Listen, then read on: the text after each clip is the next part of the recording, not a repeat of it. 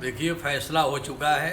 फैसला में कोई अंधकार वाली बात घुमा फिरा करके कोई विचार अलग अलग देवें, वो बात नहीं। अब 100% वहाँ पर शिव जी विराजमान थे। नंदीश्वर सामने द्वारपाल हैं, और नंदीश्वर जब द्वारपाल हैं तो शिव जी ही अंदर हैं, ये सत्यापित है। और न्यायपालिका पर सबको विश्वास है। जो न्यायपालिका आदेश करेगा उसको सब स्वीकार करेंगे। लेकिन मुझे पूर्ण विश्वास है श्री सीताराम जी पर, हनुमान जी पर और भोले बाबा पर, महाकालेश्वर पर और बाबा विश्वनाथ पर, कि वहाँ पर विश्वनाथ जी भव्य नव्य विराजमान। बीच में उसका पटाक्षेप किया गया, उसको अदर्शनम लोपह के रूप में ले गया।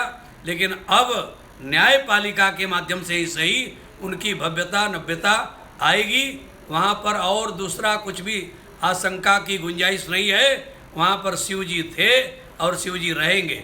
जय सिया राम। ज्ञानपापी का मामला स्पष्ट है। वहाँ भगवान शंकर विश्वनाथ का मंदिर है, भगवान विश्वनाथ विराजमान है, और ये दुनिया भर का प्रोपोगंडा करने की कोई आवश्यकता नहीं है। हमारे भगवान की जांच आप क्या करेंगे, करने से क्या होगा। भगवान विश्वनाथ है, शाश्वत है, आज से नहीं है, अनादिकाल से है। इसलिए वहाँ तो भगवान शंकर ही हैं। ज्ञानवापी का मतलब क्या होता है?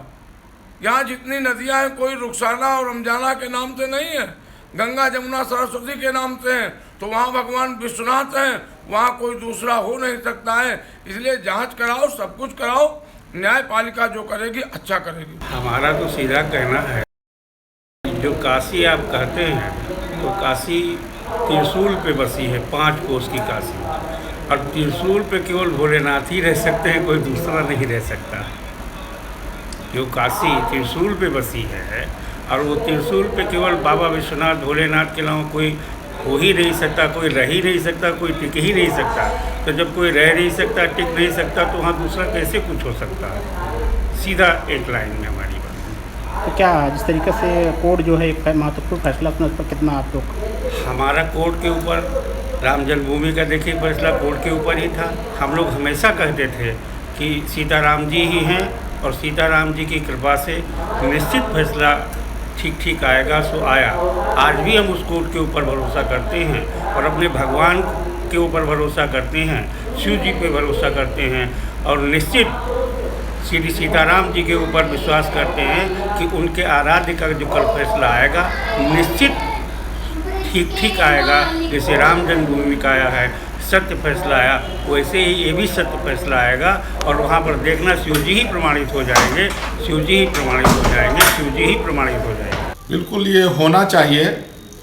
और हमारे द्वादश ज्योतिर्लिंगों में प्रधान जो विश्वेश्वर महादेव हैं, काशी विश्वनाथ भगवान, वहाँ जिस तरह से जो है तो भगवान भोलेनाथ के जहाँ थे वहाँ जो वजू करते थे लोग, इसको लेकर के सभी सनातन धर्मावलंबी हिंदू भाई बहन बहुत दुखी हैं।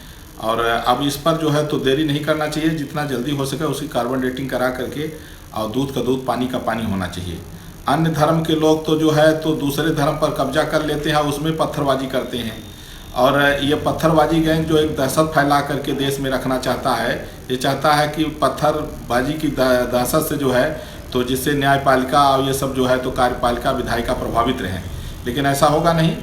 यह भारतीय न्याय व्यवस्था है, यहाँ जो सच्चाई है वो सामने आएगी। और मुझे पूरा विश्वास है कि यह कार्बन डेटिंग के पक्ष में जो है फैसला आएगा। भगवान भोलेनाथ वहाँ जो है वो तो प्रत्यक्ष दिख रहा है, वो पीछे से देखने में भी लग रहा है कि भगवान का मंदिर है, और वो भगवान शिव हैं। और चूँकि इस्लाम में बुत परस्ती हराम है, तो उनको क्या पता कि वो क्या हैं।